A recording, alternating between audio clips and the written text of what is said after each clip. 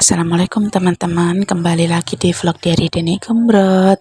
Hari ini aku akan menampilkan video aku, rutinitas aku di pagi hari waktu aku kerja kayak gimana. Dan itu pagi-pagi banget, ini tuh jam 7-an karena jam masuk kerja aku kan jam 8. Masih ada waktu 1 jam aku itu ikut bantu Pak Su karena Pak Su itu shift malam. Kalau shift malam kan sendirian. Dan biasanya itu kalau malam itu kalau rame-ramenya itu jam 7 sampai jam 8 kayak gitu teman-teman. Jadi aku mau ngebantu Pak Su dulu, dan setelah itu aku buka toko jajan aku yang namanya itu Cemilan Wong Bejo. Dan mohon maaf banget ya teman-teman, suara aku itu agak serak karena ya wis mau habis kayak gitu, biasalah batuk pilek kayak gitu teman-teman. Dan ini aku lagi buka toko aku itu pokoknya jam 8, tutupnya itu jam 9 malam, tapi ada sip-sipannya ya teman-teman. Dan berhubung ini aku sip pagi, jadi enak sih sebenarnya kalau sip pagi itu, cuma nggak enaknya itu nggak serame kalau malam. Jadi kalau pagi itu harus cari-cari kerjaan kayak gitu. Setelah aku buka toko, ya seperti biasa ya teman-teman, bersih-bersih, nyapu, ngepel kayak gitu aja. Dan setelah nyapu ngepel itu, apa namanya, aku juga ngeluarin barang yang emang dipajang di depan, kayak jajan-jajan kayak gitu, terus ngisi es batu, udah kayak gitu aja sih, simple simple banget. Pokoknya kerjanya itu juga enggak begitu berat, pokoknya ya kita santai aja dan enak banget pokoknya kerja di sini. Aku itu dulu sebenarnya itu kerja di depannya toko Bejo ini teman-teman, alias di toko masker, tapi berhubung sekarang udah nggak musim covid, terus yang beli masker kan juga berkurang. Nggak enak banget kalau kita tuh kerja nggak ngapa-ngapain tapi digaji kayak gitu. Akhirnya aku mutusin untuk keluar, tapi terus aku ditarik sama yang depan toko masker aku. Sedikit cerita ya teman-teman, aku itu dulu itu kerja di Surabaya. Aku waktu lulus sekolah itu langsung kerja ke Surabaya teman-teman. Lulus dapat berapa minggu ya, pokoknya aku dapat berapa minggu, kalau nggak bulan kayak gitu, aku itu langsung kerja ke Surabaya sebagai cleaning service di suatu perusahaan kayak gitu. Terus apa ya namanya, selama 2 tahun aja sih teman-teman, soalnya kan kerja sekarang itu kan kontrak, jadi ya cuma 2 tahun aja. Tapi selama 2 tahun itu alhamdulillah banget aku tuh menghasilkan satu motor Vario yang biasa aku pakai sehari-hari. Terus aku juga ngebantu ibu bapak aku dulu bangun rumah, bukan bangun sih tapi lebih tepatnya itu memperbaiki rumah, karena dulu rumah desa aku kan masih tanah liat. Jadi aku bisa bantu buat ngeramik rumah.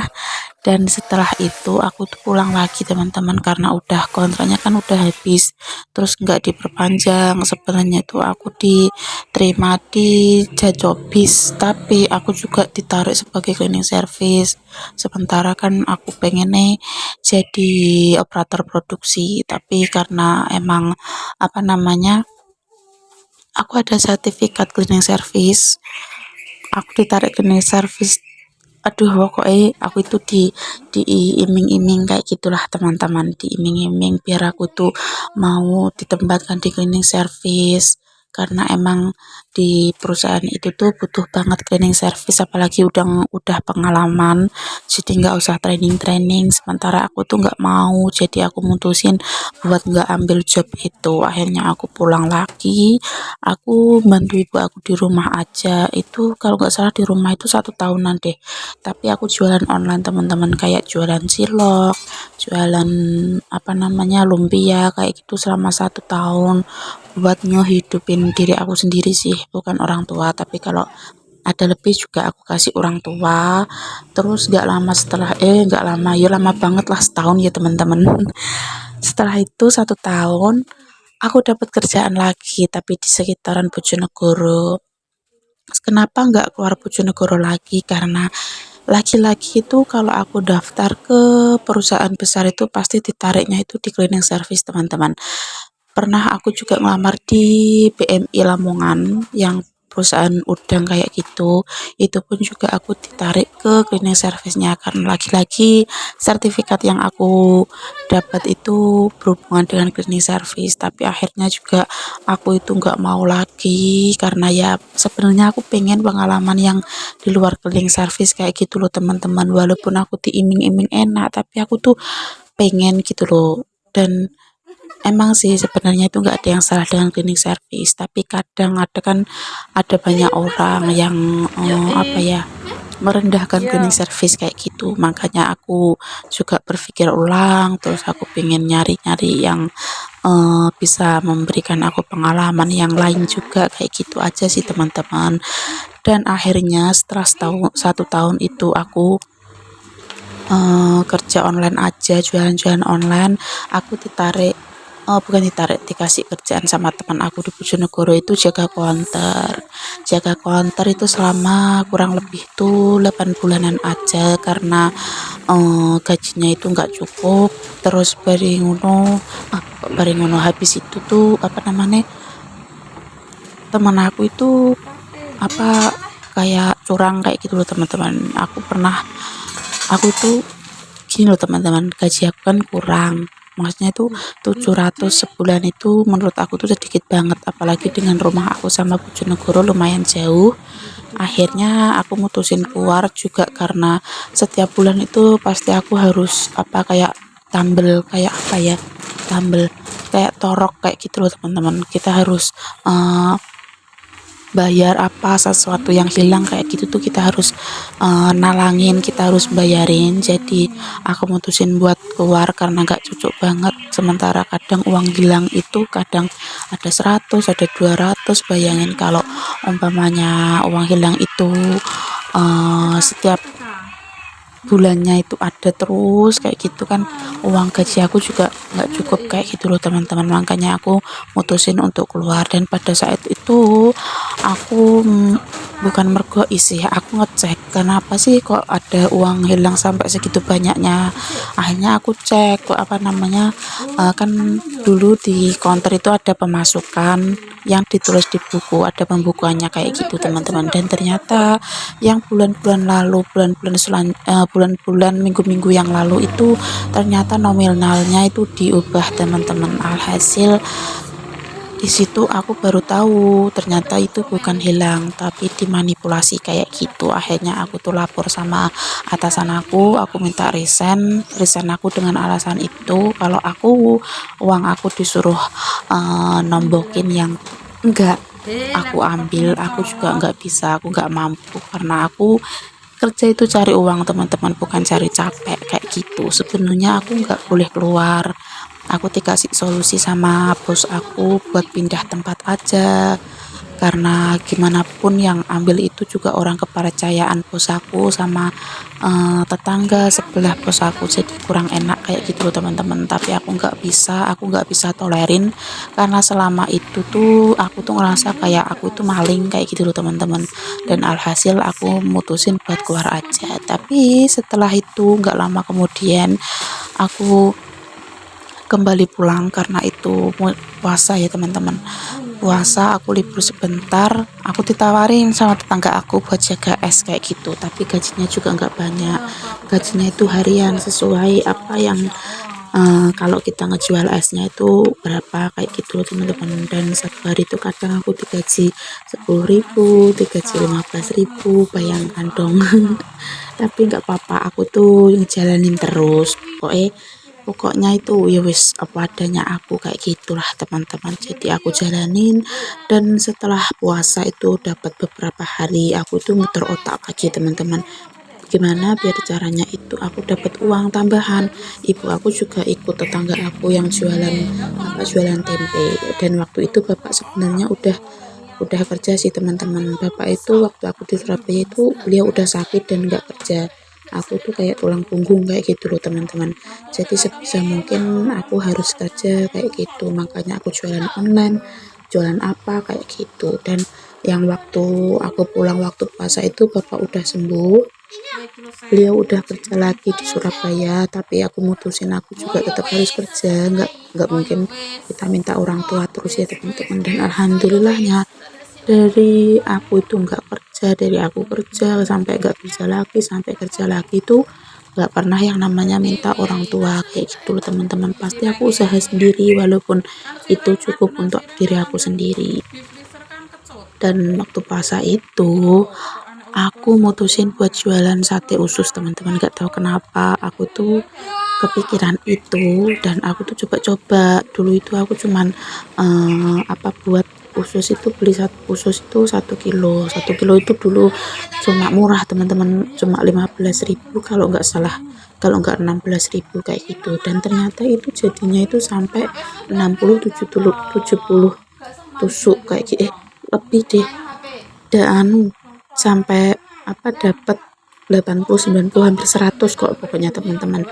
Dan di situ tuh aku mainnya itu pakai cabe yang kering, itu kan pedes banget. Jadi aku tuh konsepkan sate usus yang pedes banget karena usus kan daleman ayam kan agak bau ya teman-teman, agak amis, agak gimana kayak gitu. Kalau dibuat pedas itu amisnya itu menurut aku tuh berkurang. Jadi aku buat itu, aku pajang, aku tuh tulis besar banget teman-teman. Itulah cara promosi aku biar orang itu tertarik. Aku tuh ya kalau di tempat aku jajan-jajan yang harga 2.000, 2,5 atau gimana kan jarang peminat ya teman-teman, makanya aku tuh jual 1.000-an. Aku dulu jual lumpia itu juga 1.000-an teman-teman, jual cilok kayak gitu tuh 5.000. Pokoknya murah-murahan banget, yang penting aku masih cucuk kayak gitu, masih cukup buat aku. Hasil pertama jualan itu laris banget teman-teman sampai habis. Hari kedua aku buat lagi, ternyata banyak juga yang suka, jadi aku tambahin terus. Jadi setiap hari itu aku bawa uang itu, kadang uang bersih itu mencapai 60.000. Jadi aduh pokoknya alhamdulillah banget, di situ aku dikasih jalan sama Allah. 1 bulan itu tuh aku bisa mendapatkan uang itu bersihnya kurang lebih itu 2 juta dari jualan sate usus itu aja teman-teman. Jadi ya alhamdulillah banget. Tapi kendalanya adalah setelah puasa, karena setelah puasa itu kan aku juga gak kerja lagi berapa bulan ya, kalau gak salah itu 1-2 bulanan kayak gitu. Tapi ibu aku itu dapat rezeki dan beliau itu buka warung tapi bukan sama aku teman-teman. Aku mutusin buat cari kerja sendiri karena bagi aku tuh mikirnya tuh dulu kayak gini loh teman-teman, semakin banyak yang nyari uang sendiri-sendiri, pastikan pendapatan juga bertambah dan kita bisa memperbaiki ekonomi keluarga aku, yang bapak aku yang sakit itu kayak gitu teman-teman. Tapi ibu aku tuh dibantu sama kakak aku tuh kurang suka ikut campur urusan orang tua aku teman-teman. Aku tuh kurang suka kalau aku harus ikut ke sini ikut ke sana, karena aku pasti satu nggak tega kalau minta uang kayak gitu loh teman-teman. Aku pasti nggak bakal bantuin orang tua aku terus aku minta imbalan kayak gitu tuh nggak mungkin kayak gitu loh. Makanya aku memilih untuk cari kerja dan alhasil aku alhamdulillah dapat kerja di jualan es degan teman-teman. Dan itu aduh, bayangkan itu masih di area Bojonegoro ya teman-teman. Bayangkan seorang perempuan itu harus jualan es degan di pinggir jalan, panas-panasan, kehujanan kayak gitu. Dan itu kurang lebih 1 tahun lebih kayaknya ya teman-teman. Iya 1 tahun lebih aku jualan es degan itu aku juga ikut orang. Cuma enaknya itu di situ gajinya lebih banyak. Aku tuh dapat gaji 1 juta kayak gitu teman-teman.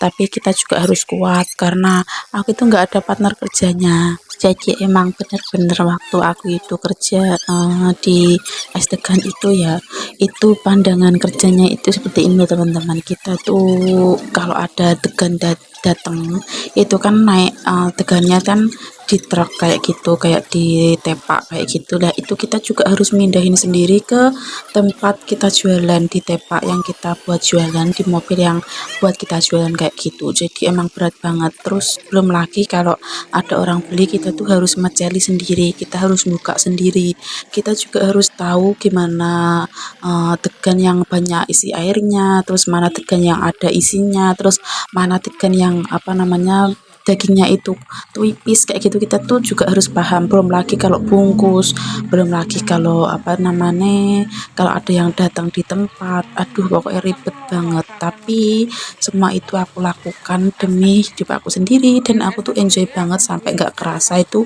1 tahun lebih aku jadi karyawan di es degan itu, sampai akhirnya aku menikah sama Pak Su kayak gitu teman-teman. Dan sebelum, oh bukan menikah deh, kita lamaran dulu. Jadi uang aku itu juga buat lamaran aku sama Pak Su itu.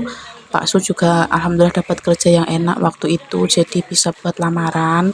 Dan setelah lamaran itu aku tuh udah berhenti bekerja teman-teman, karena ada apa namanya, pembersihan jalan. Jadi kita yang jualan di jalan-jalan itu nggak boleh, tapi bos aku itu sebenarnya juga ada tempat, udah nyewa tempat kayak gitu, tapi kan sepi.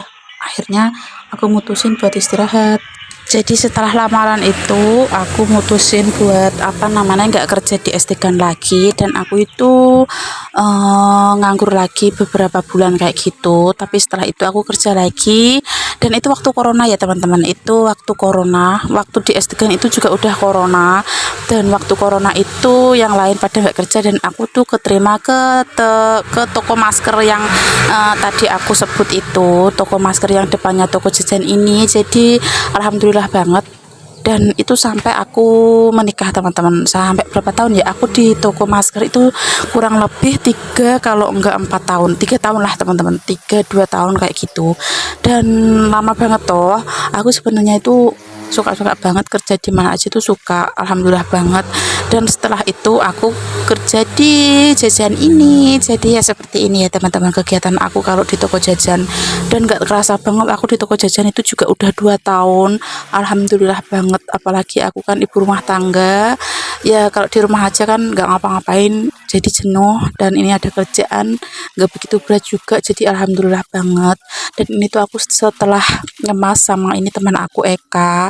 Jadi aku tuh pekerjaannya kalau ada barang yang dikemas ya kita kemas, kalau enggak kan cuma bersih-bersih sama jaga aja kayak gitu teman-teman. Dan habis ini kan puasa, semoga tempat aku jajan ini rame banget ya. Dan ada satu kebahagiaan sendiri ya kalau rame banget kayak gitu. Dan buat teman-teman yang area Bojonegoro bisa datang langsung ke cemilan serba 3.000 wong bejo. Jadi silahkan belanja di sini ya teman-teman. Hehe. Dan sekian dulu curhatan aku kali ini, cerita-cerita aku kali ini. Semoga teman-teman suka dan terhibur dengan video yang aku buat. Dan jangan lupa like, comment, share, and subscribe YouTube channel aku. Aduh sampai meliput sampai wes akeh ceritanya ya teman-teman. Dan sekian dulu video aku kali ini. See you di video aku lainnya. Jangan lupa subscribe, oke? Biar aku lebih semangat lagi, biar teman-teman bisa bantu aku dengan cara subscribe. Jadi see you di video aku lainnya teman-teman. Sekian dulu curhatan aku kali ini. Semoga teman-teman tidak bosen ya.